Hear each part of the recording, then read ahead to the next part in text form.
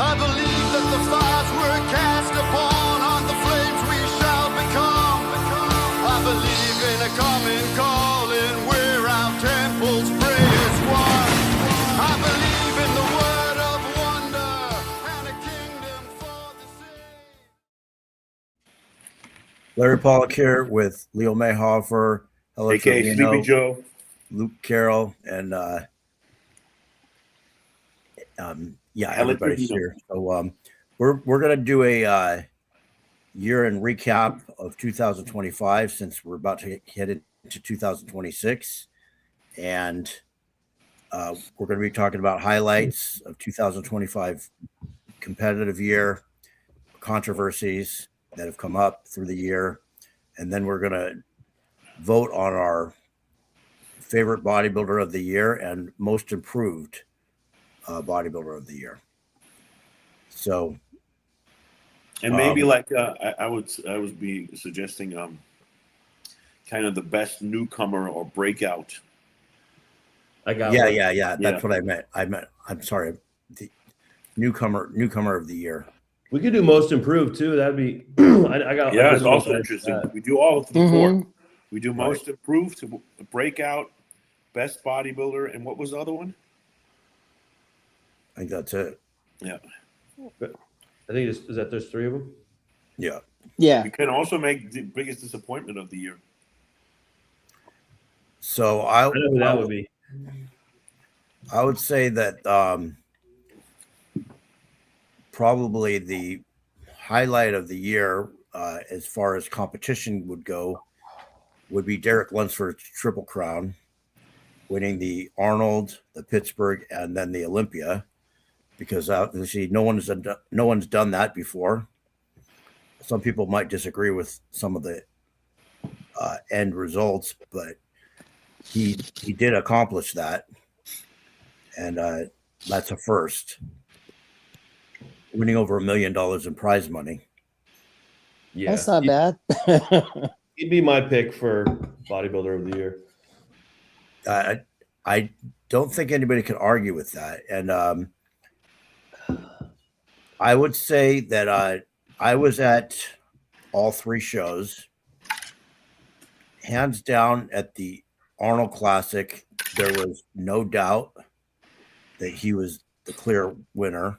There was no controversy about that. He easily beat Samson and won that for sure. And I think that was his best look. Yeah, by far. Yeah, he looked really amazing. Then going into Pittsburgh, I think he was a little bit not quite where he was at the Arnold. So it was a close decision between him and Nick Walker. And a lot of people had Nick Walker ahead, but Derek ended up pulling it out. Some can agree or disagree. And then we have the Olympia, which again, some people had other people, Hottie or Andrew Jacked, winning, but the judges had him winning. Apparently, it was very close. He won the pre-judging, and then I guess Hottie was pulling ahead in the finals, but Derek already had too many points at pre-judging. So he ended up winning the Olympia as well. So if I had to take the three looks, though, if I took the Arnold look, which I was like in the first row, I think that Arnold look probably beats everybody at any of the shows. And you can agree or disagree, but his look there was like he was so conditioned and everything was just spot on. It was his best look the whole year. I agree. But I think that look beats everyone else. If he had brought that same look to the Olympia, I don't think there would be any discussion about who might have won. Right. I mean, I felt like it was close between him and Hottie. It was like through it all, I was kind of like going a bit back and forth. Well, I was live there, and he was bigger than Hottie. Hottie has obviously more separation from the front. But to me, at the prejudging, he looked like the clear winner. Right. And We watched it. Me and Leo watched it with JP Fuchs, and me and JP definitely thought that Hottie was the winner. But then when we actually did a wrap up, we thought that he was ahead on night one, and then you texted us and you said no, I was in person at Derek, and we were kind of like, I don't know. But then night two, it kind of seemed like Derek came back, maybe even stronger. And just it's also really hard sometimes, I think, on the live webcast to I mean, if you sit there live and you maybe have one of the front rows, like you just know 100%. It's a little harder on the live. So I always a lot of people online are saying like, oh, it looked this way or that way, and the quality gets crushed on live streams. So when Larry said that it was like, oh, decisively Derek, I was kind of like, all right, well, he was there. And then also Austin Carr said the same thing. So I was like, all right, we're not seeing something because maybe the quality's getting crushed and maybe they're flat. Well, I can tell you after the prejudging, I did a wrap up with Jose Raymond, and he was live there, and everybody that I was live there that I heard had him winning. Mm-hmm. I think things look different on screen. I really do. Everybody live had him winning. So yeah, it's also so crazy. Like going into shows, it's like everybody's following like how everybody is looking like, right? And I think Samson looked really great. Like he was predicted to be in his best shape ever. Mm-hmm. And there was some pictures that surfaced of Derek, and he looked sort of like smooth. Like, was it like I saw him like a month out, and I was kind of like, eh. And most said, he's not really there.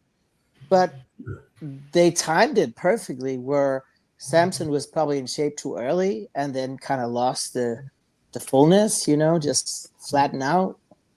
Couldn't really fill out. I think Samson just lost size overall. Like he literally lost muscle tissue. He went too far. I mean, that's what happens when you diet too hard, and it's like it's hard, especially after you win. Like I won the Rising Phoenix, that was like instead of the Olympia for like 5-6 years for the women, and when I won it, then it's like the year after you just want to be better. And I also had this like, I have all these, when you go in and you win, there's no real expectations. You haven't won before. Of course, there's some expectation you're going to be in the mix in the front, but whether you're going to be 2, 3, 4, 5, people look at the winner. So that year after you win, there is so much pressure on you. And I remember I also I was with Shelby Starnes at that point, and we had this slogan. We would just say Hamdullah. Hamdullah was like the most ripped man in like on earth ever. If you look it up. Hamdullah Kutlu. Yeah. So we were going for that look, and we like way overdid it, and I ended up actually also losing because we way overdid it. Just everything, the cardio, the diet went too hard. Went already 100 grams of carbs, like freaking 10 weeks out. It's just, but it's difficult when there's all this pressure, and then it's like you don't want to come with the same. You want to be better. You want to prove that you're a champion, and you want to come better. And I think that sometimes that messes both athletes and coaches up. I can tell you personally, I've almost always come better at the warm-up show the week before, because I always like in the last week I'll do like something to be better, and then I end up like losing a bunch of weight, just overkilling it. Yeah, I mean, one show I did, I decided, I came in conditioned, everything, won my qualifier, and then I'm like, I'm going to be even more shredded. So I decided, and I wasn't doing any cardio because I lose weight too fast. So I decided I'm going to walk on the beach for 30 minutes every morning fasted with taking clenbuterol. So that's all I did different. I dropped 10 pounds in that week and came in flat as shit. And then tried to fill out, and it didn't work in time. Then I get to the show, flat as shit, then come back from the show, and that was on a Saturday in Pittsburgh. The following Monday, there's a Venice Beach show, which is just for fun. I gained the 10 pounds back, plus another 5 pounds. I come in even better because I just ate a bunch of shit and drank. Crazy. It's a mental thing. Like, yeah, it's, and even if you think about it, like 30 minutes walk on the beach doesn't really sound like a big deal, right? I mean, well, for me, it was like a big deal because like I lose weight just too fast. Right. And my body just wasn't used to that. So just throwing that in just screwed me. And I think Samson, he just tried too hard to bring this shredded thing that I don't know if he can ever be that. I felt like in all his posts, he was like so determined, like he really felt the tension that he just really wanted to come in and show that he was the champion, and it just really backfired.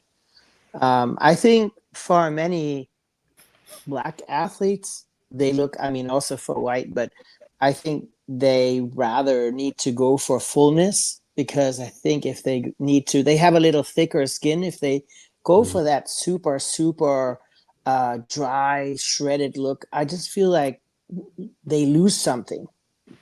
Well, I mean, they do that. The strength is the fullness, I mean, Black athletes, I feel like they're always fuller than white athletes genetically, and they need to play on that.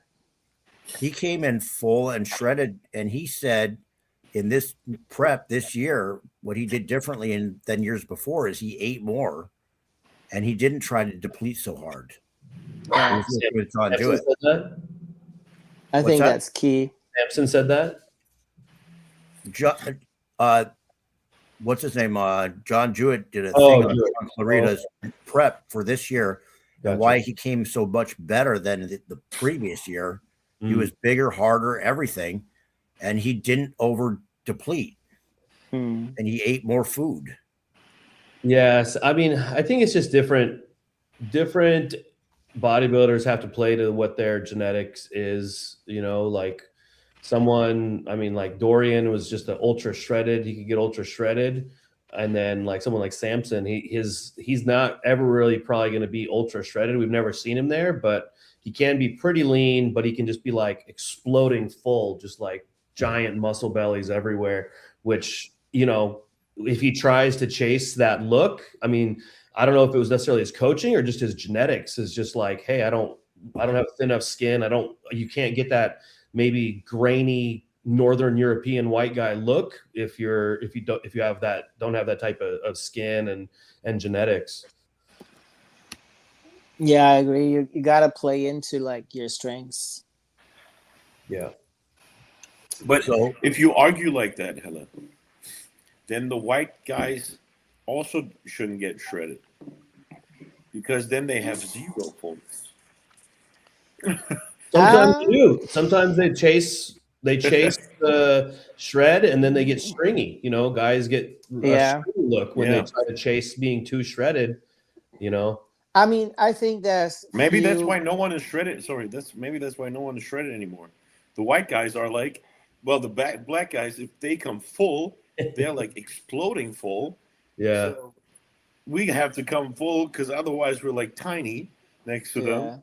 I think we come full, so then no one comes shredded. And then I think the moral is try to run your own race on what your genetics do. You can't chase necessarily someone else's look and think like you can try to, you can get the best for you, but like trying to run the race of some other athlete, you're gonna probably fail because that person has genetic gifts for their look, and you have genetic gifts for your look. So you just have to play to your strengths. Like if you're not a bubbling full guy and you can get shredded peeled, then rely on that, you know, and if you're the opposite, then rely on that. Yeah, it's just hard Yeah. when you see 100%. that other guy is winning. You think, well, they want to see his attributes. Yeah. So then you try to also have the attributes that he has. True. Well, Dexter That's why, like, Jackson actually was there, said everyone tried to get big, besides Sean Ray. Dexter Jackson said in the early part of his career, he went for the ultra shredded more than the fullness. And he said he preferred that look. But later in his career, he said he had that look would not win. So he had to come in bigger because everybody else was coming in bigger.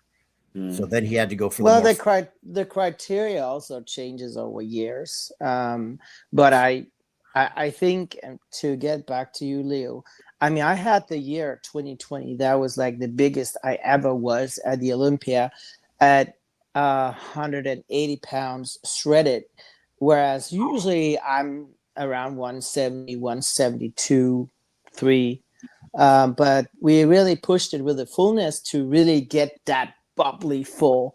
And that also backfired because my physique gets lean easily, and my strength is to be shredded and shredded glutes, those kind of things. But we pushed the carb so hard that we overcarbed. It just got smooth. And also a lot of the carbs went to my gut, to my midsection, and that just widened. It's like the most boxy I ever looked. Like I look like a little fridge that came into the States, but just because my it's like my midsection just soaked up the carbs, and then I was so full everywhere that I kind of lost the shape. So it's like so much goes into finding the right look. Like obviously, like if we're less full than say a black physique, but I think you said it also, Luke, like sometimes you shouldn't chase something that somebody else has because it might not look good on your physique. So, you know, if your strength is like coming in shredded, come in like super shredded, get as full as you can. Yeah.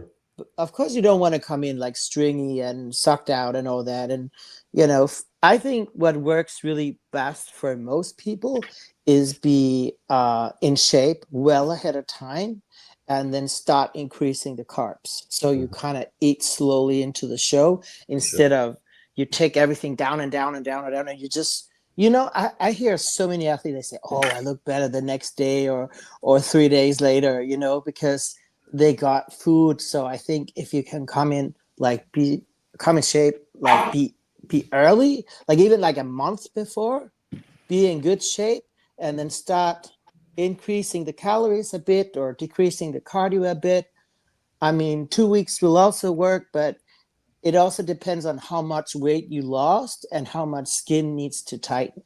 Yeah, I like that approach, getting ready a little bit early and then backing off. My coach is Phil Viz, and he likes to do that. He'll push hard at the beginning of prep, and then he'll cut cardio 4 weeks out where you're not pounding, you know, just think of how many, 30 cardio sessions, maybe you're doing 45 minutes to an hour, how much fatigue that's going to have on your body. And then, just systemic fatigue. Then you're not going to be loading glycogen as well. You kind of like have a hard time peaking. So, try to get ready a little bit early, like you said, and then try to just kind of like, just fine tune the last 4 weeks where you're really just like chiseling in the rest of your look. You're not trying to like, oh, I got to get 5 more pounds off. You're trying to like, just like look at what combination of food and training and drugs and stuff has like at the end. One other thing to say is running your own race. I think that like people that do end up moving the direction of the sport, like if somebody comes in and they're just like a totally different look from one, we'll say the highest level, like one Mr. Olympia to the last, when they have like a several Olympia run, that new person comes in and they have a whole different kind of like look than the previous one. And then everyone tries to go toward that. So if you are good enough to be at the top of shows, maybe just kind of run your own race. Don't chase that other person's specific fullness or whatever. Just come in the way that you like, feel like you're going to be best. And we'll try to like adjust to be, some other direction for someone else. Mm. Agreed. Yeah, I agree. Every time I did it, it backfired. So you might end up changing the direction of the sport yourself instead of like following someone else's direction of the sport. Exactly. So, all right, what was the next highlight? I guess would be. I just blinked it out. Most improved. Proc? No. Highlight of the year was Natalia winning the Olympia in the physique category. Yeah, that was kind of an upset for sure. I don't want to be unfair, but I don't think it was a highlight because for that division maybe. Yeah. Let's be honest. No, almost no one cares about that division. Now people care about it because the drama. In the debate, right? We discussed so much, but it wasn't a huge. I bet that's kind of like a division. Okay, maybe that's a division where people keep sitting, but at home, the people that watch on the screen, now we can take a piss break.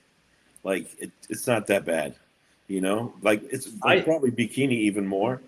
I think it wasn't male viewers, the female maybe not, but it wasn't too insane of a highlight because Natalie had already won before. She was kind of just reclaiming the title. Well, actually, Sarah won for 4 years. The last 4 years, she won all 4 years straight. Yes. No, I think Natalie won. No, Natalie won. Last year, Sarah won, and then the year before, Natalie. Okay. So it wasn't Natalie won. Yeah. So it wasn't like a crazy upset. I mean, it was. Yeah. It was just kind of like they're kind of trading back. I think more like I mean, there's been a rivalry for what is it now? 5 years. They had a rivalry going a bit back and forth. So I mean, depending on how long they compete and if they stay in it, it could be some type of Jay Cutler, Ronnie Coleman just for the women. And to say to Leo, I mean, maybe the guys don't care for it, but there's a lot of women that care for physique and also women's bodybuilding. So it's but I mean, on this podcast, I don't know. What was but I honestly will watch women's physique and women's bodybuilding, but I won't watch bikini. I think for many, if you're a bodybuilder, you watch women and men's. Maybe not you, Leo, but a lot of us watches both. And we won't watch bikini. I won't even watch figure. Really, I mean, we don't watch men's physique. Not even wellness. Even like if I know somebody, but I was actually going to say the kind of like highlight or upset of the year. I would say would be in wellness, Francielle losing would have been her 5th, and then Issa taking it over. So she that's like a new last year. What's that? Issa won last year. No. Yes. No, Francielle. No, she. Wait. Issa took over last year. Francielle competed this year. You're right. Sorry. So she two-peated then. She two-peated. But last year was definitely a surprise. That's what I'm thinking of. What did we have any new champions this year? And Dino, I guess would be an upset. That was a big one, yeah. Ramon. Yeah. Yeah, I'm actually after this. I'm training with Mike. Nice. So. Well, nice. Yeah. Like Summerfeld? But it's gonna be fun. We're training back, so he can show me how to get the lats so wide. So you have the insider scoop. So how did he feel after the Olympia? Like, what was his? I mean, I guess he was disappointed. He was just before the Olympia. It was hardcore, he did all these kind of things, these like treatments to get his spine to stretch and getting it more like straighten up because it's a little curved to get into the 24 Olympia at a higher height, right? So he does all this shit, go drive to Asia and like all these treatments to be taller. or at least measured taller. They tell him It work? after so you're locked in. You have this height now. So for the Arnolds, he doesn't even have to. They height in, right? He has this height, and then 2 weeks before the Olympia, they tell him, "Wait, bro, you could be smaller because we measure you again." And he, not having done all the treatments, because expecting not to be measured because he has his height, is like, well, I can't catch up on those treatments in 2 weeks, so I'll be definitely shorter. So I didn't know that before, but this is so they were like, okay, let's just get rid of, I don't know, 10 pounds. That's hard when you're already peeled. And for that, he looked really great. I mean, it was still closed, and you could still argue he should have won, and no one would have said a word. So to me, it was a surprise that Ramon won, because they were judging so much on the silhouette, like the shape, and not as much on the muscle quality. And now a guy with like the muscle quality, like the details won. Nice for me. I don't think it'll reflect though on other shows. I think it'll stay the same, that they only like really care about the silhouette and not about the muscle quality.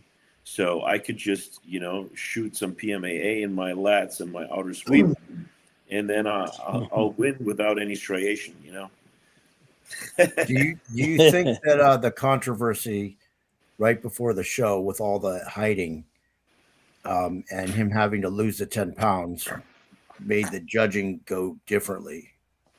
Because a lot of people were accusing him of like cheating and this and that. I don't think so, because at the end of the day, he was measured. He was measured, and he made the weight for it.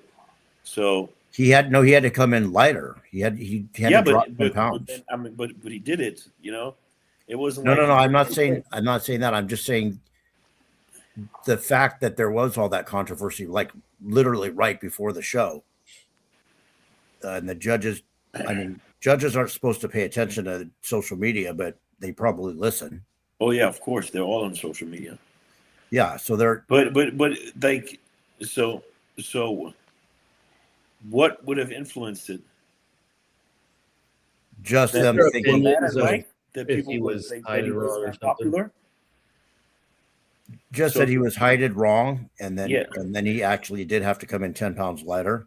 So you're asking if the judges were influenced by the people obviously not liking Mike after this? Yeah, because I mean, he got a lot of hate. Right. I don't know. Like, it was literally like the week of the show that all that blew up in the social media. Yeah. I always want to think that Steve and Tyler, at least, but there's 9 judges, which, how many? Six are going to count? No, 7. So I don't know how they judge, but I always want to think Steve and Tyler are good judges. And well, I'll give you an example. When Phil Heath lost to Shawn Roden, they told him and everybody the year before that if there was any distension, like they were going to mark it down. Yeah. And then when he lost, they marked him down. And other than the midsection, he would have beat Shawn Roden easily in every part. Mm-hmm.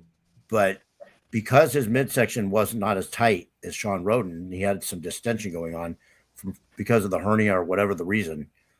They took the title away from him. Yeah, but the midsection is so important. It's the center of your physique.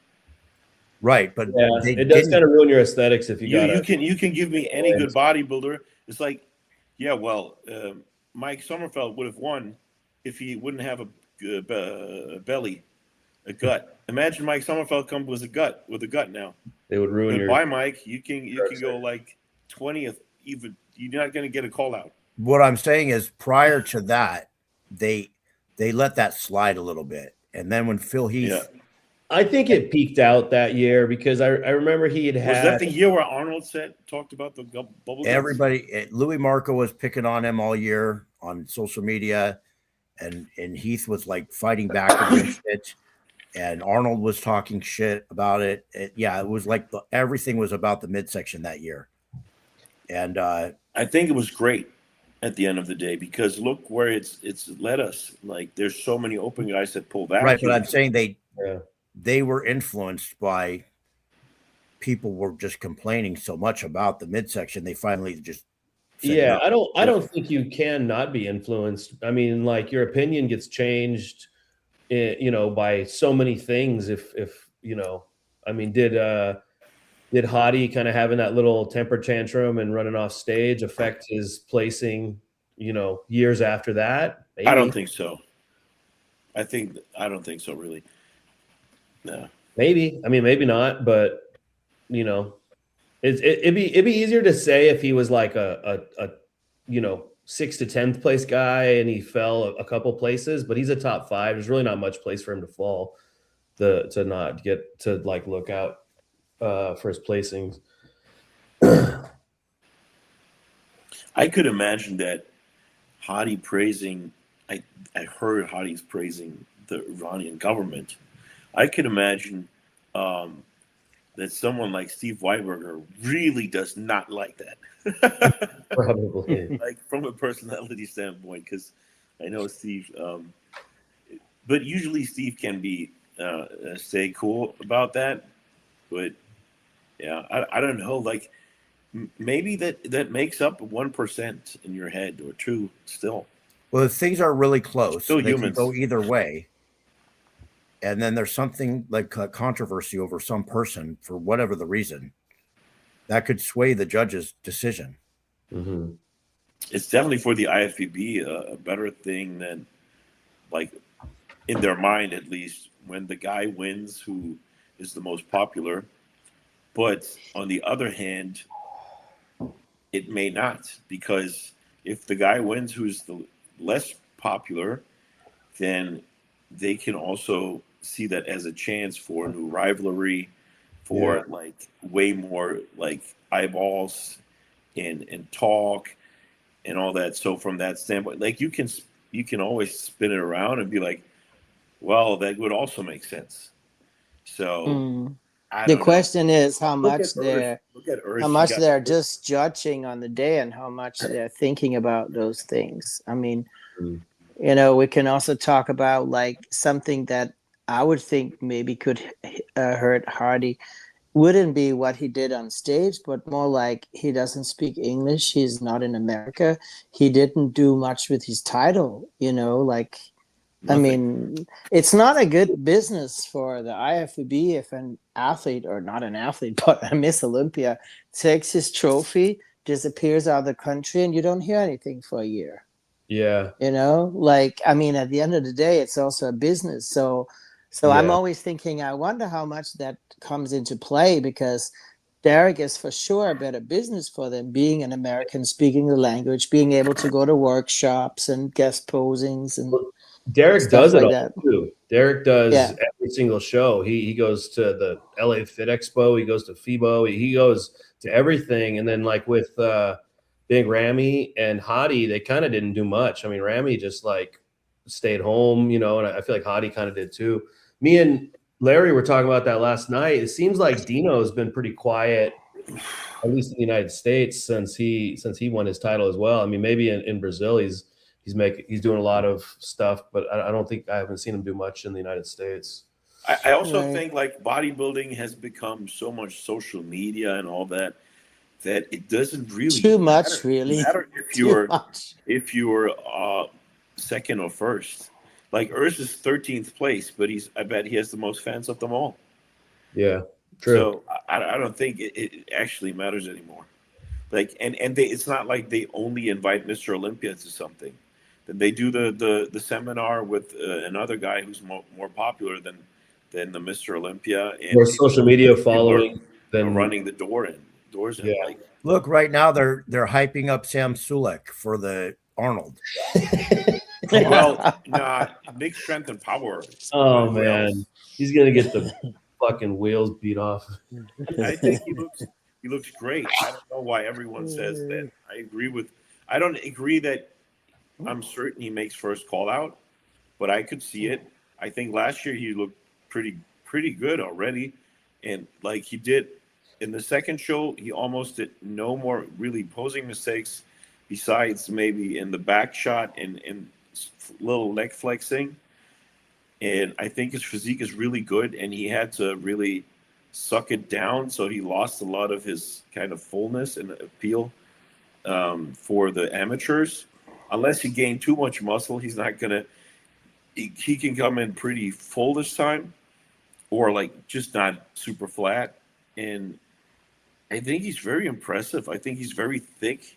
I think he's impressive for a YouTuber, but as a professional bodybuilder, I don't think he should even have a pro card. Like structurally, what is structure? His structure just does not look like a classic pro. Dude, like in the people that get invited to the Arnold for an invite, like he just doesn't have the structure. Where's the structure missing? Tell me, I don't see it. I want to pull it up. Pull it up. I'll pull one up. Where's the structure missing? I don't see it. I think his legs are like a little bit small compared to other class pros. Even if they're small, that's not structure. That's muscle mass. Muscle mass is not structure. I just don't see him having the shape of like a top classic pro. Okay, where's the shape missing? In the arms? In the lats? In the chest? Where's the shape missing? He just doesn't have the it factor. It's like you can tell if somebody comes out and they're just like have a freaking Andrew Jacked structure or something. He just doesn't. He's not bad, a bad athlete at all. He's just mediocre. Yeah. So who in the Arnold Classic lineup besides Mike has this crazy structure? I think there were several good guys going to compete in the Arnold Classic. Let me put this up. Hang on. Does anyone know who's competing yet? This is 83 days out. It's pretty good shape for 83 days. I look worse 83 days out. It's like he has no adductors. Or not no adductors, but he could have more adductors.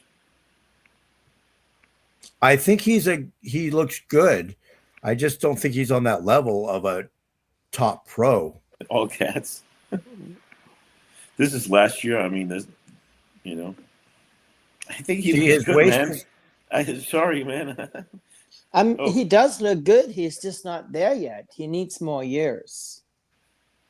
Yeah, I mean, you compare him to I'm talking about the top 10 guys. Like, I don't think he should be invited to the Arnold. He got invited to the Arnold because he's a popular guy, not because he got invited because he won the amateur, and the amateur automatically gets a qualification the next year to go to the pro. Well, I mean, I don't expect him getting definitely not a first call out. What's the lineup for the? I'm trying to look up the lineup. Yeah, let's look at the lineup before we say he's first call out or not. Because I mean, is it on the Arnold website?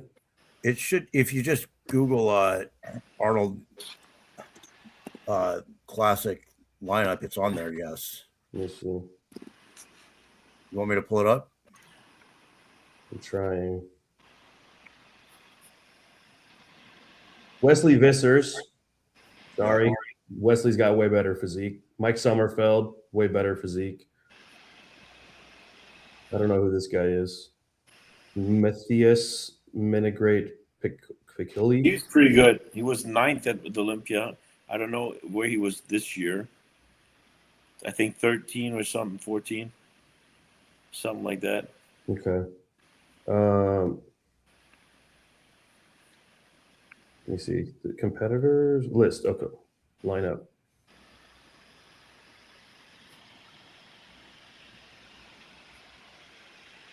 It's open. Paul Canu.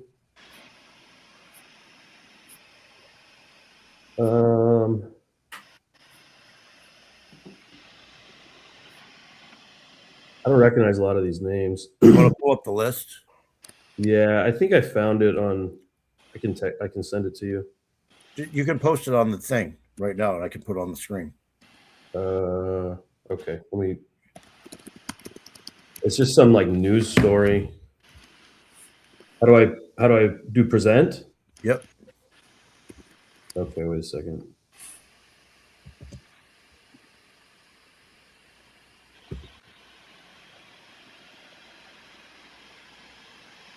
Damn, my computer's loading slow. I'll pull it up.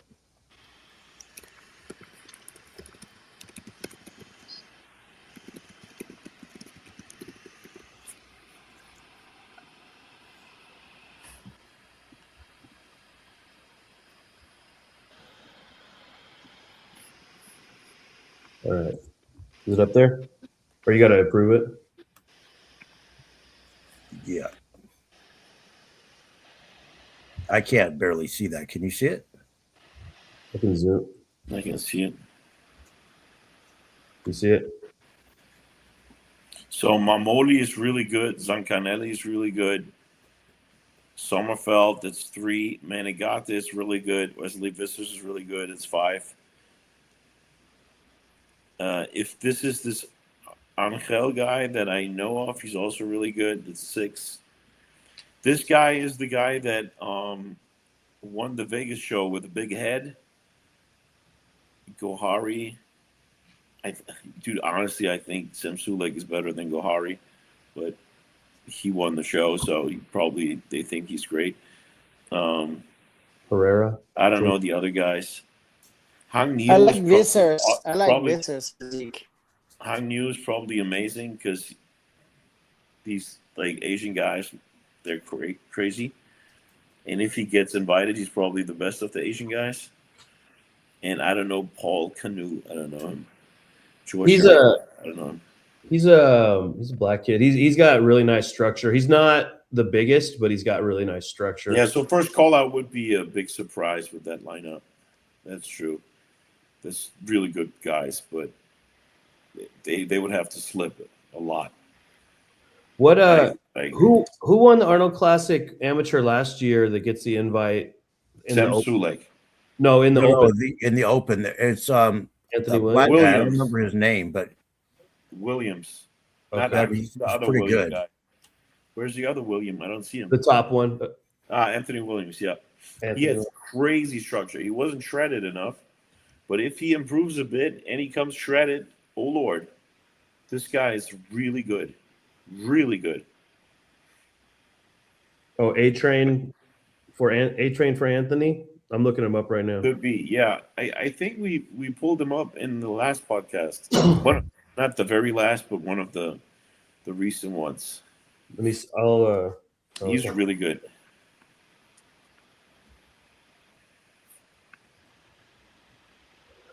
All right, we can move on.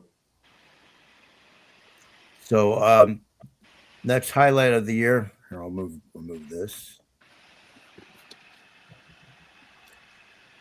Next highlight of the year would be let's see. In the 212, we had Shawn Clarida and going against I just blanked it out. Keone against Shawn. Keone. Against Shawn. And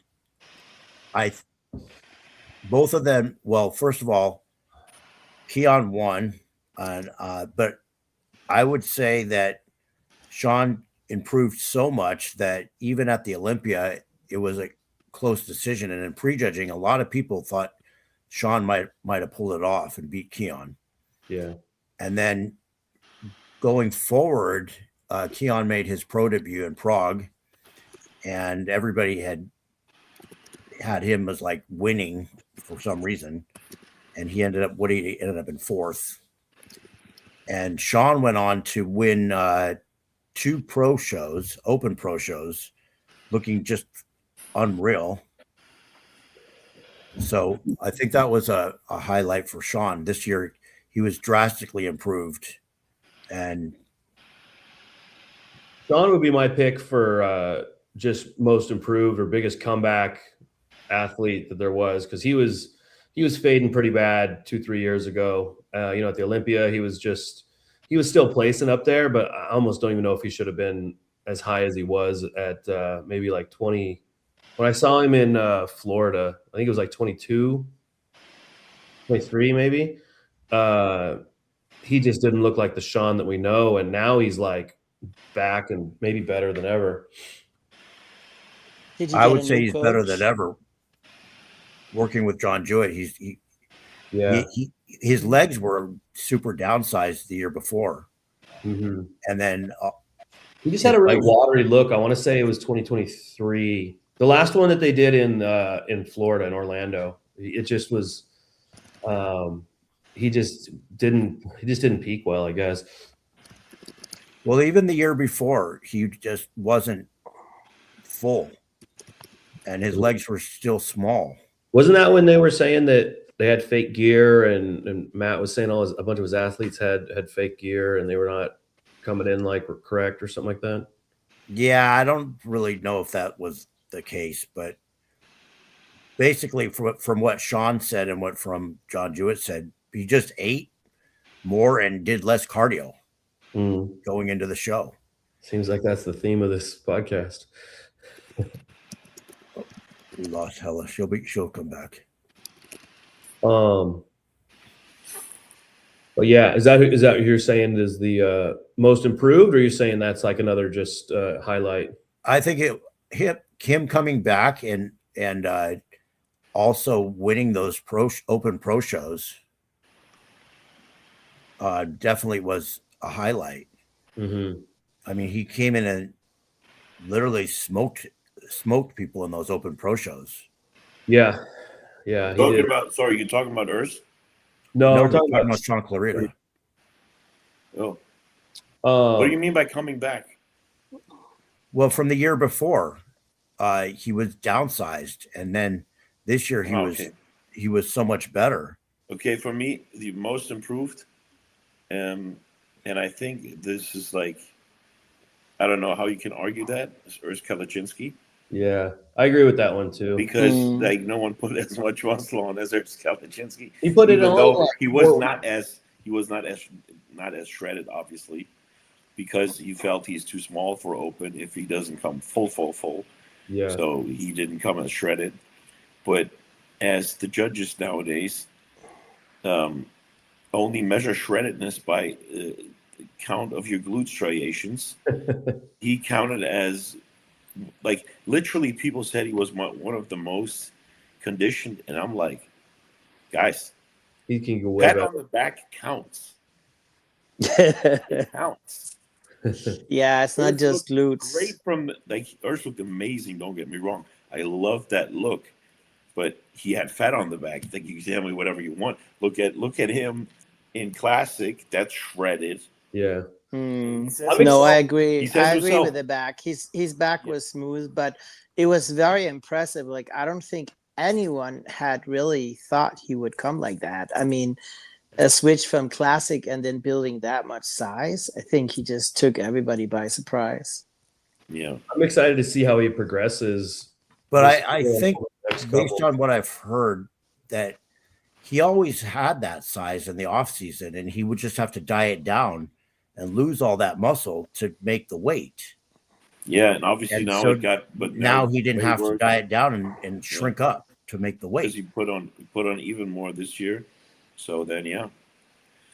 And his goal is to put on like another 20 pounds, and then to be able to come at the same weight, but in the old conditioning. Right. Yeah. So he wants to then compete at 255 or something again, but be like peeled. Nice. And that will, like, you know how it is. Like, who's a good example? I think Shawn Rhoden is a good example. So when Shawn Rhoden was not 100% peeled, his back looked way too weak. It was not great when it was peeled, but then you see the detail made him look detail, and it makes it look way bigger. Yeah. So that's what with Urs, like, his back was just one. Just one back. It was kind of one. There wasn't much detail there. Yeah, exactly. But so I think also when you it looked build worse that than much it is, size, Yeah, I think also when you build that much size in such a short time, it's really hard to kind of chisel that down. You know, it also takes a while before you really get that quality in that muscle. Yeah, and people So, always talk about like you kind of almost have to establish that muscle for a while. So when he shreds mm, it down, that it like when he cuts right stays. away, it might not stay. So that's the first to Mm, go. So uh, also from that standpoint, it was clever to not get super shredded. So he would like and be like, I don't know, 10 pounds lighter. And the then so tactics were good. yeah, so I he did everything right. And I think his front double and front lat spread are like I don't know who beats that. Those shots look so amazing. So, and it's funny I mean, because he his looked front like double two in different classic, everyone was like, people. "That's not good," and now it's like, "Whoa!" His front double was like, Uh, "That's the pose." I mean, he was like two different people, like his classic physique and But his again, open. his the main reason for his improvement was just not having to drop Yeah, size to make a weight. yeah, Too. He did say he struggled with that a lot, Well, yeah. that's why he decided making not to. weight. He didn't want to do classic anymore because he got tired of just losing all that muscle just to make the weight. Mm, I think he didn't only get tired; it was just not like he was just not dropping it. It was yeah. like 118 kilos, and it has to be like 103. Like I don't know, 8 weeks out, and Just it's too like hard on the body. and he's like shredded glutes and everything looks like super tight and he's like dude it's like I have to like get natural. I don't know. I mean, he wasn't the only most improved though. I mean, I was really impressed with Andrew Jacked. Like he really like I've never seen Andrew like that before. He was my pick for most improved open pro because I mean, it's he like it's hard to argue with Urs because he did such a transformation. Yeah. But Andrew just he shot up in the ranks and the way he looked. Like I used to live in Dubai in like 2022. I lived in Dubai, trained at Beano's, same gym as Andrew. So you know, I've seen him and I've seen him up front, and seeing him this year was just like what he did in those few years was like incredible. Mhm. For me he might even be like considered for the bodybuilder of the year just because his status changed so much Yeah. from like he's always going to stay top 5 to oh shit he might be winning Yeah, next year. yeah. So, I so feel like this status shift, and the reason why you could argue for that, and I wouldn't put him there if I'm judging that competition for that spot.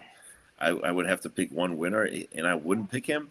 But you could argue that Derek Lunsford, he kind of won 2 shows almost by default because he wasn't 100% in. So being the bodybuilder of the year and actually 2 times not hitting your best shape, it would be kind of like a wild call. I mean, you still won the 3 shows, but because Hottie messed up and because Samson messed up. Mhm. And then the other show was Nick Walker, and that was close. And most of the people at the show would have given it to Nick. And I can see why they gave it to Derek. I was there in Pittsburgh because I competed, so I sat in the crowd because I competed before in Classic. But I would have probably given it to Nick as well, personally.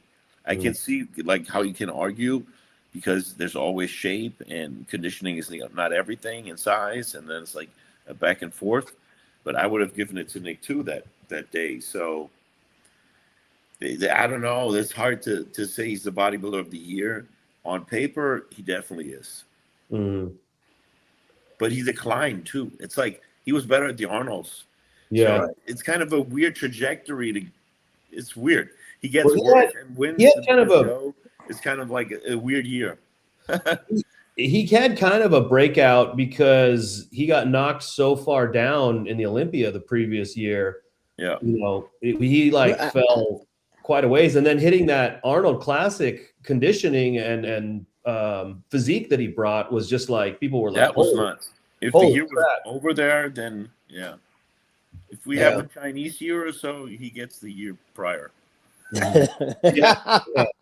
But yeah, I think that definitely Andrew belongs in the conversation, at least for bodybuilder of the year, just because I kind of see him as almost like how we saw Keone coming up through the years. Like we know that he's like going to be probably the Mr. Olympia. I mean, in my opinion, he's going to be a Mr. Olympia. It's just like we're waiting for it to kind of like come to fruition. And then finally, once Keone got it, it was just like really decisive. But I think that Andrew's going to be the same way. I think that everyone that is ahead of him right now is like, oh gosh, if he gets better, we're good.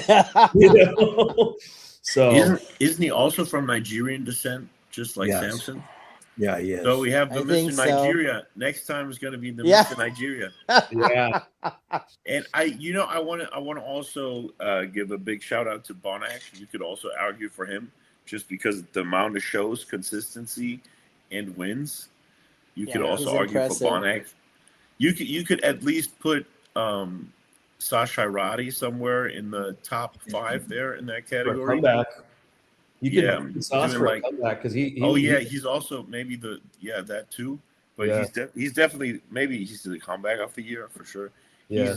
But he also did like 5 shows, of which I think he was second. No, 6 shows. He was like second and 3 and 1, 2. Mm-hmm. So well, let's talk about the comeback or maybe the newcomer. Do you think those are different, or you think we should put them in the same? Maybe put him in the same newcomer, but so for me personally, I would say is Joan Pardells is probably like the newcomer that's kind of like really was noticeable for me in shows. I mean, he didn't win a show, but I think that he's got so much potential that's kind of like, just needs to be continue the path that he's going. So I think that he would be my pick for like maybe like newcomer of the year kind of. I'm gonna disagree.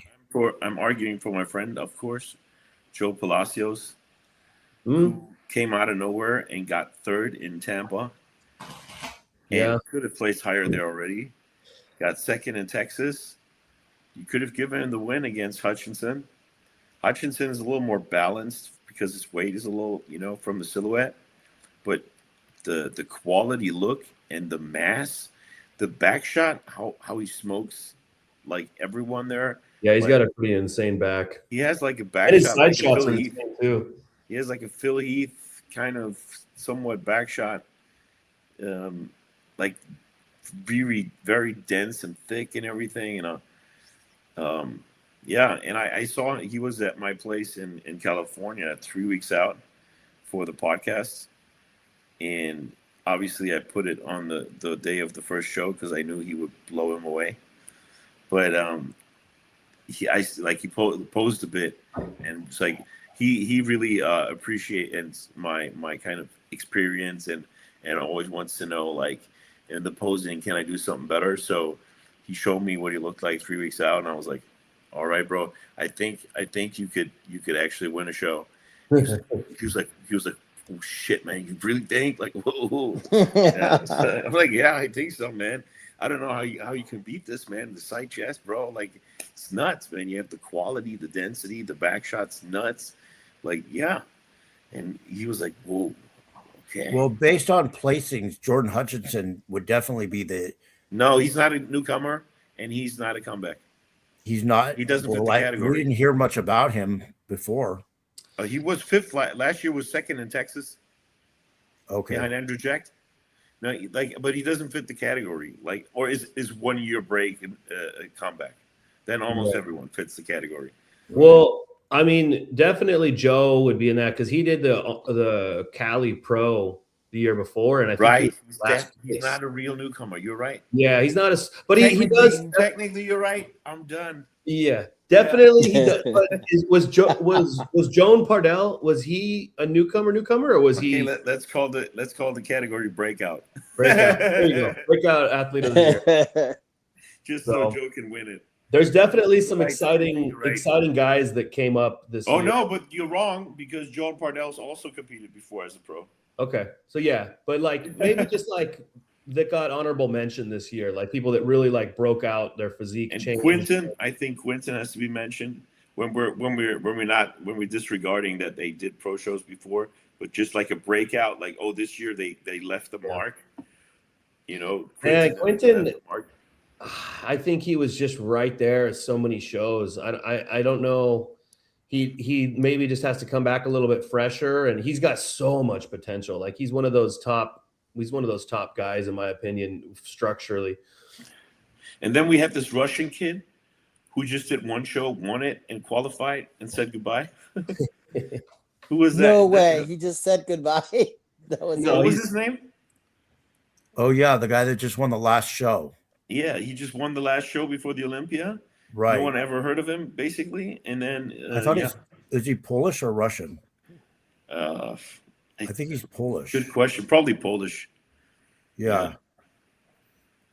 But that was were there anyone though that made their pro debut this year that kind of stood out? I'm thinking.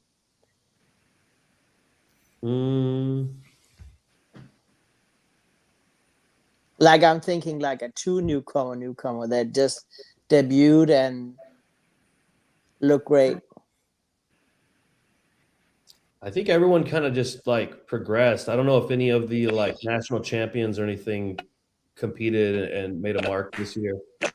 Well, the kid that won the USA's from Alaska, he competed, but I would say he looked good, but he wasn't not at the pro level yet. Yeah, he looked great winning the USA's. I'm trying to think of his name. Yeah, nobody gets the Kevin Levrone Award this year for coming out of nowhere and getting like Olympia. No, shocking I don't think everyone. I don't think anybody that just got their pro card like made a mark, a huge dent in the pro league. Somebody in the comments says Sergey Danilov won his pro debut and beat Quinton at the end of the season. Yeah, that's what we're talking about. Yeah, that's the guy that we just talked about. That was that guy. You said you didn't remember the name. The Polish. Yeah. Yeah. So he would be one that was like a extreme breakout, you know, from an amateur to a pro debut and then really showing up. So yeah, he would definitely be the winner in that category. Right. But was there any other categories that we had? Well, we also had controversies for the year. Oh God. There was Derek gets so many nominations in this wrap up. Yeah, I guess the biggest controversies now. We've already beat that one to death with the PMMA. Who knows what that's going on? But we also there was had also something around Martin Fitzwater, right? Like a lot of ocean. Oh, it was just him having a thing with Giles Thomas. Oh yeah, I don't consider that like any big deal. Some people made a big deal about it. What is it, Chris Cito? No, or no? Martin was at a show when he won Prague. He walked up to Giles Thomas when he was posing in the crowd and like slapped his camera out of his hand and said something to the effect of "Don't talk about me" or whatever. And so people went crazy about that, but I don't. I think just read that was some different posts online. I didn't really go a lot into it. I think it was overblown, and I don't think it was. The fact is, Martin actually looked amazing, and he beat Samson in Prague, and that was his condition was flawless. So at Prague, he's really improved a lot. Yeah, at Prague, he was. If he brings that same look to the Arnold, he could give people a problem. because he was full and just shredded. Like I would say, maybe the best conditioning of the top pros. Does it seem like Martin keeps peaking really well at the end of the year, and then he doesn't look quite as tight or hard in the shows early in the year? Because it seems like he keeps doing that. He'll get like the Olympia, he like keeps showing up in fantastic condition, but then like at I think it was like maybe New York, he was a little bit off.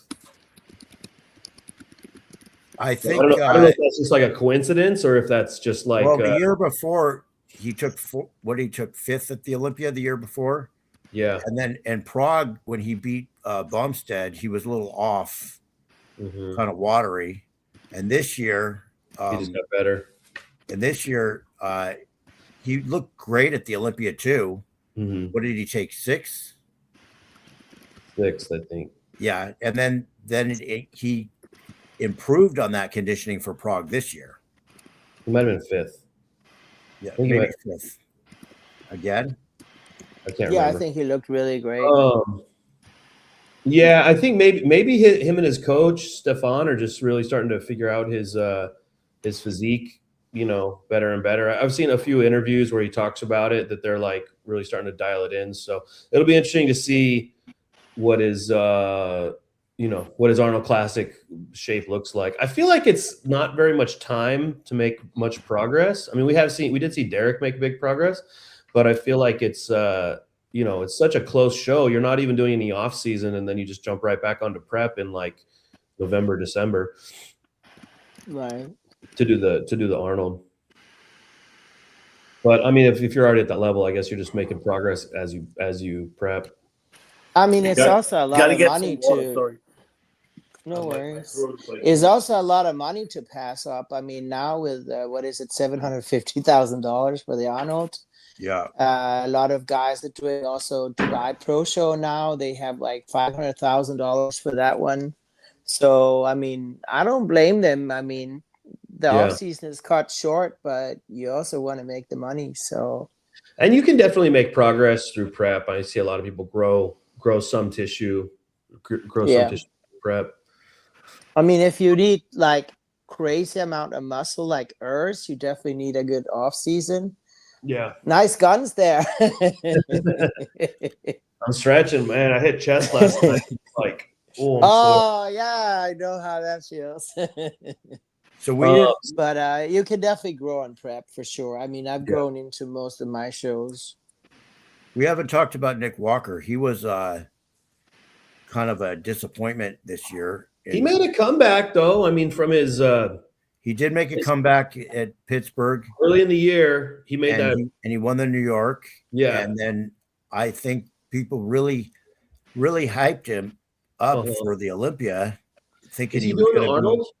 I don't remember. He's set to do the Arnold. Yes. Okay. All right. But he's not. Yeah.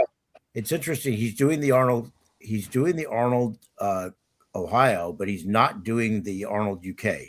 Okay. Which is like the following week or something. Huh. I'm not sure why, because that's a pretty good payday too. Yeah. Do you know how much the prize money is there in UK? I think it was 150. Well, compared to 750, it's still. Well, I know, but I'd take it, but I'm saying if you're already going to do the Arnolds and it's like a week later, I know that the other guys, Martin, Andrew, and Hottie, are all going to the Arnold Ohio, and then they're going to the Arnold UK right afterwards. Okay. Assuming that Hottie gets his visa and all that. Right. But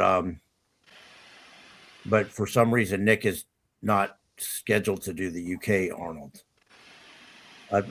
Some people say maybe he's waiting to do Pittsburgh. I don't know. For whatever reason, he decided he's not doing it. Somebody said the kind of bodybuilding news is Fuad Abiad's motorcycle accident. And I don't know if you guys have been paying attention to seeing him kind of recover.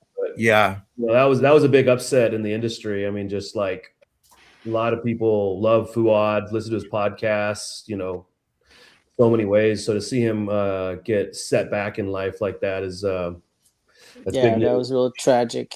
Yeah. But he has, remained positive through it all. I mean, and he's rehabilitating himself as best he can. Yeah. And he's Yeah. still back doing podcasts. I mean, he could have died. Yeah. Easily. Yeah. Yeah, So- motorcycle accidents are no joke. I mean, but yeah, he's really has a good attitude, and Fuad always he's had this recovering. sacrifice without regret attitude towards bodybuilding. Just like doing it, being hardcore, and just doing it for the love of the game and stuff, and just being a person that really pushes their everything in life. So I see him, whatever this new lifestyle is, I see him being like the peak of that lifestyle, whatever he has. And it's looking good. Like hopefully he gets surgery and they can move some nerve packs and he's able to get his strength back and stuff like that. So it'll be an interesting thing to kind of see over the future how that goes. But Now, someone also mentioned that they've switched directions and they're no longer going to be like sponsoring athletes like they were. They let go all of their top athletes, including Samson. Huh. And they said it was just a business move. I guess they decided that, they weren't getting the return on the investment, the ROI from sponsors. Yeah. Well, I mean, really the driver of Hostile, I would say, is just Fuad, just his podcast. So many people tune into that. So he kind of was his own marketing team on doing that. I mean, he had the guys were on with him. So, I mean, maybe they'll just go on with him anyways and keep doing the podcasting and he doesn't have to pay them as his kind of plan or something. But yeah, I mean, inflated salaries for bodybuilders when you're a company owner is hard to justify. I mean, Fuad came from a time when guys were making 10, 20K a month and they didn't have even social media. They just showed up and did appearances and photo shoots.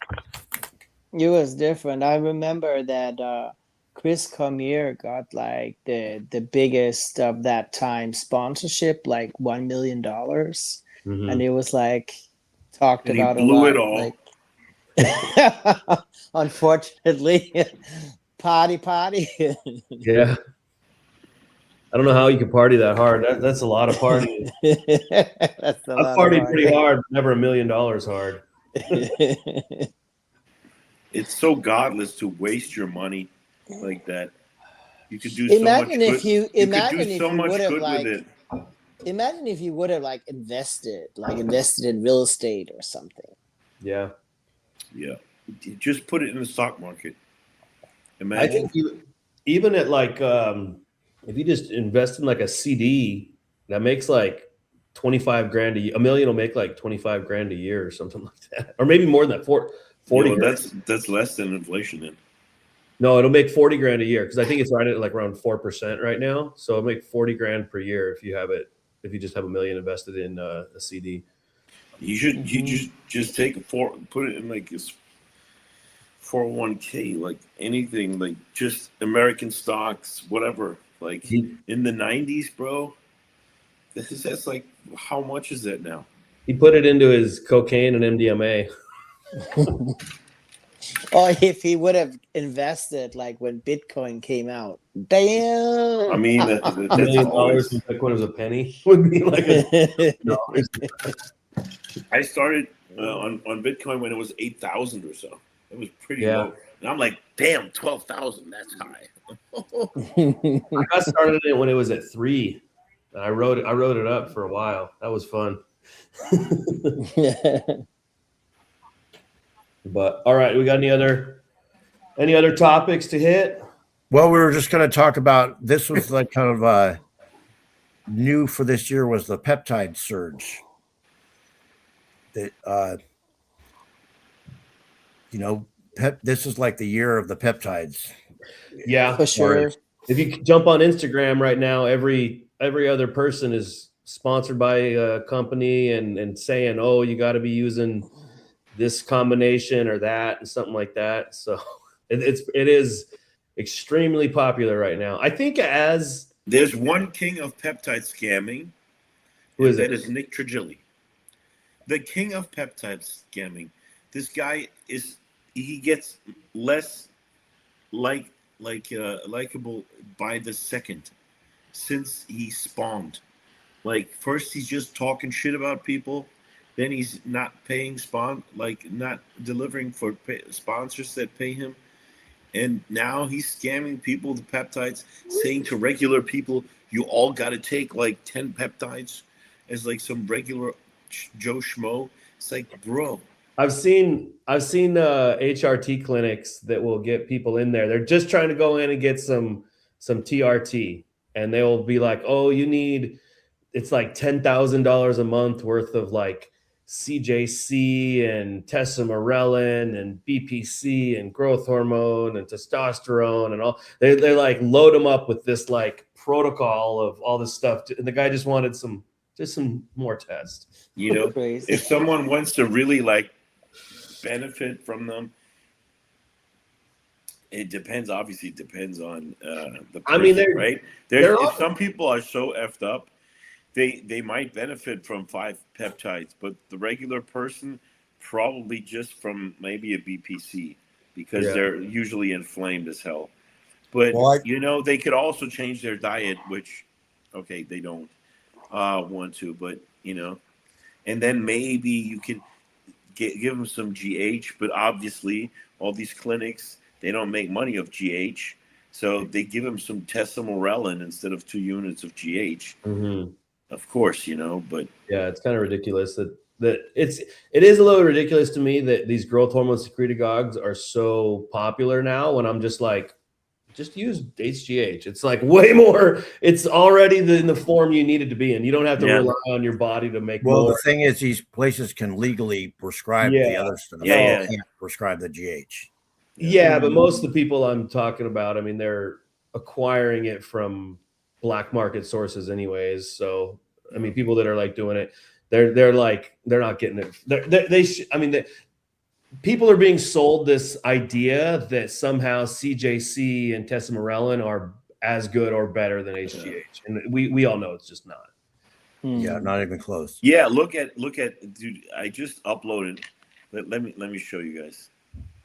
And after the show, I was like no GH, TRT. I was like flat as hell because I didn't gain weight really.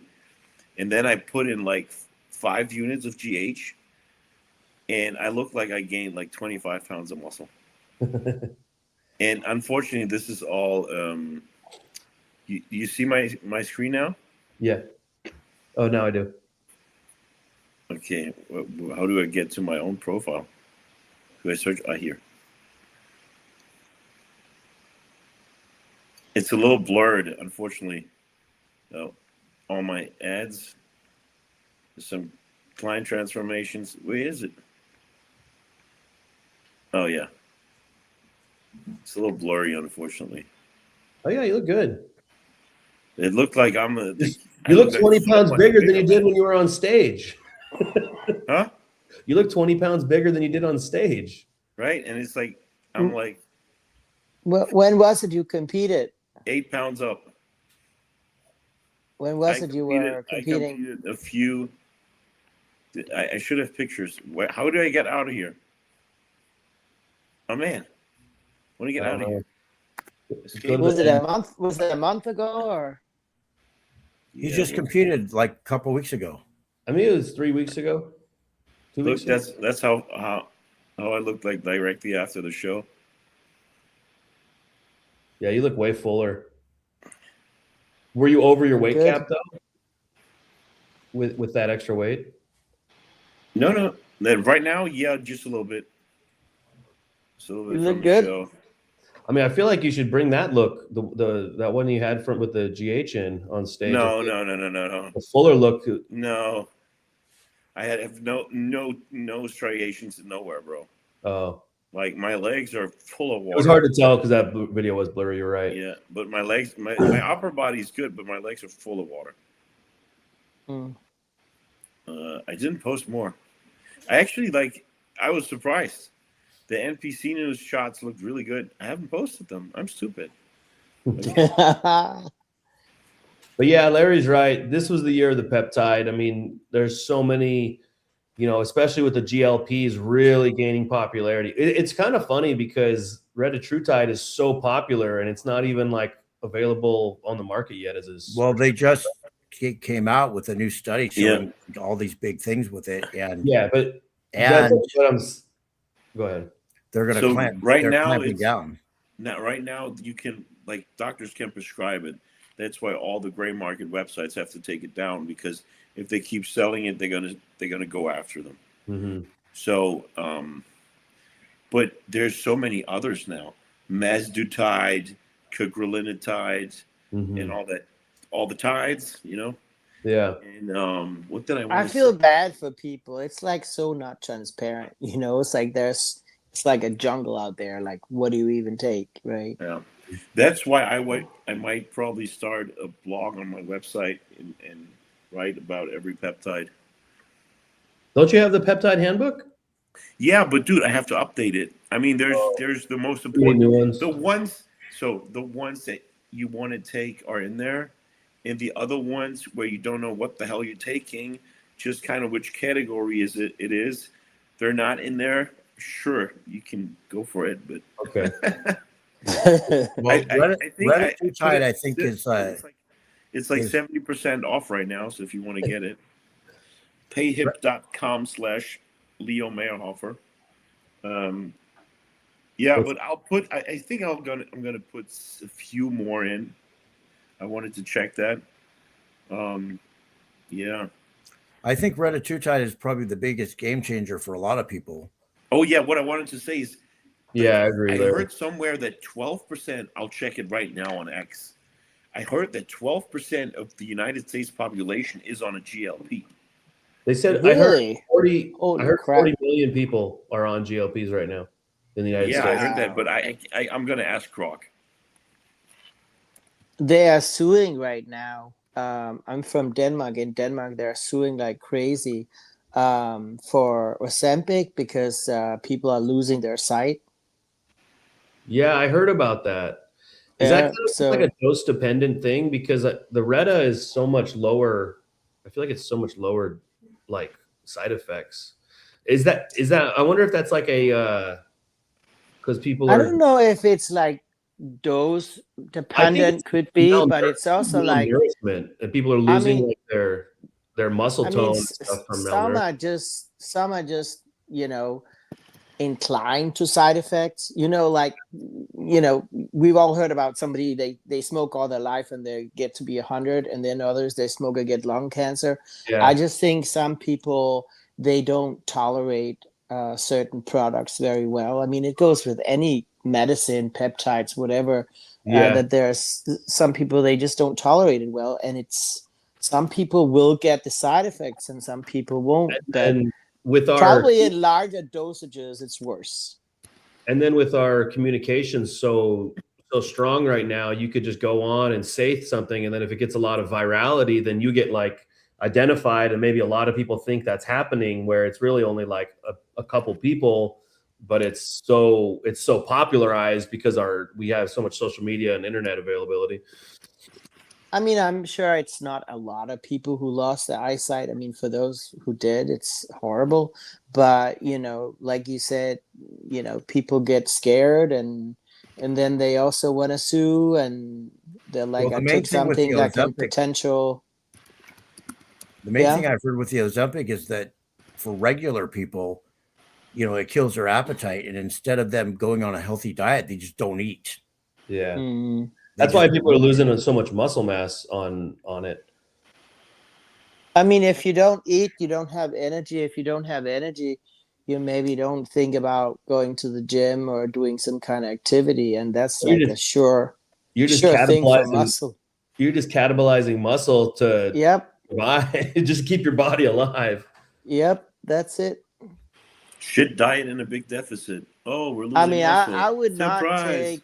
I would not take Ozempic, Wegovy, Reta, whatever of those, what they're called. I would not take it without working out. Period. No, I don't think anybody should. Well, actually, So earlier in the year, retatrutide has no catabolic pathway other than it suppresses your appetite. Malnourishment. So it's not catabolic. Yeah, I haven't seen many people drop. I've seen way better results. I mean, it's like the third evolution of these GLPs. So I've only seen people kind of get benefits from the Reta. But everyone that I'm talking about has been like within the industry, or they train, or they like live more of a bodybuilding lifestyle, and they're kind of just using it to drop some fat, suppress. They're not using it like in a medical context. Well, I don't know if you guys know, but the price of whey protein went up specifically because doctors started prescribing whey protein to their Ozempic people. Interesting. Because they were just losing all their muscle. And so the demand for whey protein went skyrocketed just because of that. So many people all of a sudden were not eating, and so they were drinking whey protein. Interesting. Crazy. Yeah. I mean, I can relate. I was on Reta. I mean, Reta also, like, it killed my appetite completely. I was actually experimenting with microdosing instead, because it's prescribed that you should take it once a week. Yeah. But it eradicated my appetite. I couldn't eat anything at all. What kind of dosage were you running? 2 milligrams a week. Yeah. So like it hits too hard early, and then it kind of fades. Yeah, exactly. Yeah. That's why a lot of it was kind of like microdose. It was exactly like that. As the week went by, it sort of got better around the 5th, 6th day. Not like super great, but it got better, and then it was due for my next dosage. Yeah. So actually, what I did, I tried twice a week. I tried 3 times a week. Then I was like, I saw like somebody did a reel on it that it made a lot of sense to take it every day. I was like, okay, let me try it. So I feel like I got the effect of it, but I didn't get the side effects of losing my appetite like that. Just taking like 3 lines every day, I could still eat. Yeah. Yeah. There's a lot of controversy right now about I think there's some chiropractor online or something talking about it's supposed to be taken as a one single dose, but all the coaches that I talk to are most people are microdosing it that are in the bodybuilding industry.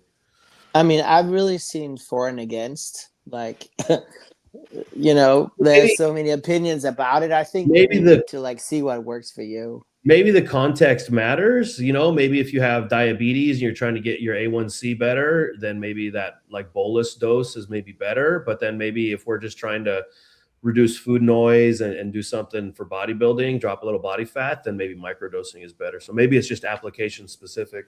Yeah. Yeah. And then also, like, I was trying to lean out a bit, but I'm not trying to lose my muscle. So not wanting to eat is kind of a problem there. Yeah, kind of go. It's nice to get maybe the insulin sensitivity up. So maybe like a even lower, maybe like a 0.5 milligram or like 1 milligram a week instead of 2. So it might not suppress appetite, but it might help with your A1C. Right. Insulin sensitivity. Yeah. So, any other? I mean, I guess the other big news would just be the steroid hormones difficulty availability. Oh yeah, that's the China crackdown. That's been the first in a while. I mean, we haven't had anything quite like that since 2007. Yeah, the last time, and before that 2005. So, I remember when Trump got in the first time, they were pretty tight for about 6-7 months. It was really hard to get stuff for a little while there, and then it just kind of like the floodgates opened back up for 10 years, and then now it's like probably more scarce than I've ever seen it. Well, this is the first time they've actually shut down the factories in China. And there's no telling like what's going to happen going forward. There's been rumors of India, but nothing's verified, or it's just talk right now, and there's nothing concrete. Well, there's definitely a market for it, so I think that it'll just be a matter of time before the market is flooded again with real stuff. Well, actually, Paul, what's his name? Paul. Hella, you know what I'm talking about. Yeah, on Instagram. He just did a thing on. They tested all the gear from all over the place, and like everything was so far underdosed or fake. There was so much fake stuff. Well, Gino Schick was saying that he was testing a ton of stuff, and it was coming back not what it was. He said it was like 10% or less was actually what it was supposed to be. So, wow, that's a tough time right now. Scary. That's kind of scary. I can imagine now with the crackdown, it's going to get only worse. Maybe. Because if people can't get real stuff, the people selling, some people are going to try to fill the void with just fake stuff, and they can't get raws. So there's going to be more fake stuff. Probably. That's what happened in 2007. Yeah, and then it's also like, if you don't know what's in it, people will be like, okay, I buy whatever I can get. It's fake, but I'll just take double or triple or whatever. But you don't know what it is. You don't know. At least if it has any kind of androgens in it, they're just going to be taking whatever. I remember John Meadows saying about when he was first bodybuilding. I think it was maybe in the mid 90s or late 90s, and he was saying that like they would just take whatever they could get. They're like, oh, what are you using? And they were just like, I got a box of Winstrol, and I got a bottle of Equipoise, and I got and they were just using whatever they could get, just androgens in general. Right. So it's going to go back to hard times. But I think that it's going to be temporary. There's definitely a massive market of people that want quality gear. So as soon as somebody figures out a way to, maybe in a different country or in a different, maybe within, China, they start producing it again or something like that, then I think it'll come back stronger than ever within a year or two. Yeah, they just got to figure out like how to get it over the border. I've been living like. Well, I don't think the issue is getting it inside the United States. The issue is getting it made in China. Nobody's able to get the raw materials to get it shipped out. So that they're not having an issue with.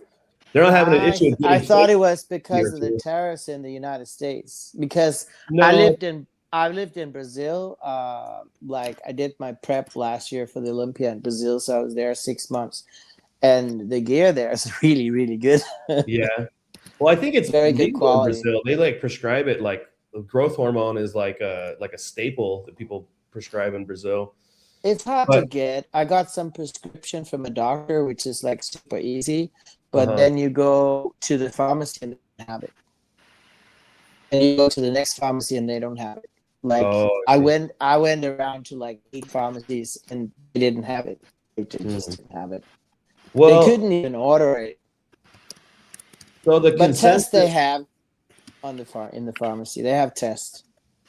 So the consensus with the gear shortage is that with the fentanyl crackdown from Trump telling other countries to start cracking down on the fentanyl, the same companies that were manufacturers are making fentanyl were also making a lot of our steroid hormones. So they shut down those factories because of the fentanyl, and then the steroids got shut down as a ramification of that. That's the issue. Yeah, yes, I don't think so much it's I got a TRT in Germany now. You got TRT in Germany? Nice. And I go to the pharmacy with my script, and they're like, "Oh no, such thing we don't have here. Let me order it." but like when they're in the pharmacy, they have such a great infrastructure. She's like, "Let me order it. It'll be here 11," and I'm like, "I don't have time till January 11th." She's like, and she's like, 11 today in 2 hours. I'm like, okay, I'll be back. Oh, okay. I can 2 do hours, that. like they order stuff.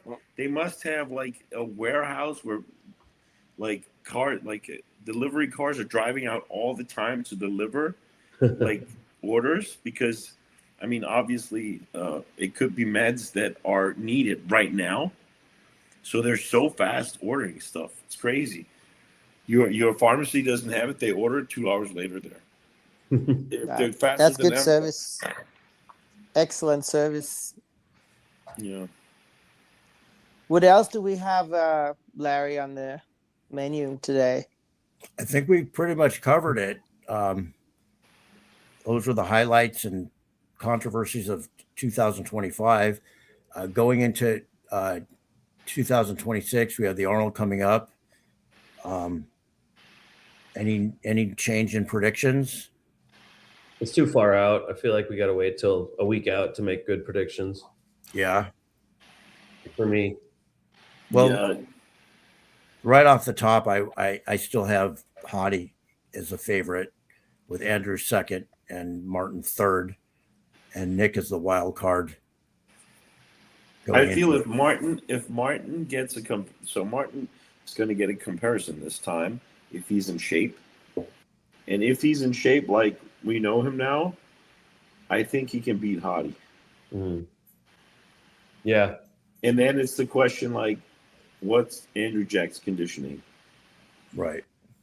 I think Andrew Jack has like the most to win or lose. He's got the most potential. If he comes in like as good or better than he did the last few shows, then he probably will be a breakout this year, just like Derek was last year, and just win kind of nonstop.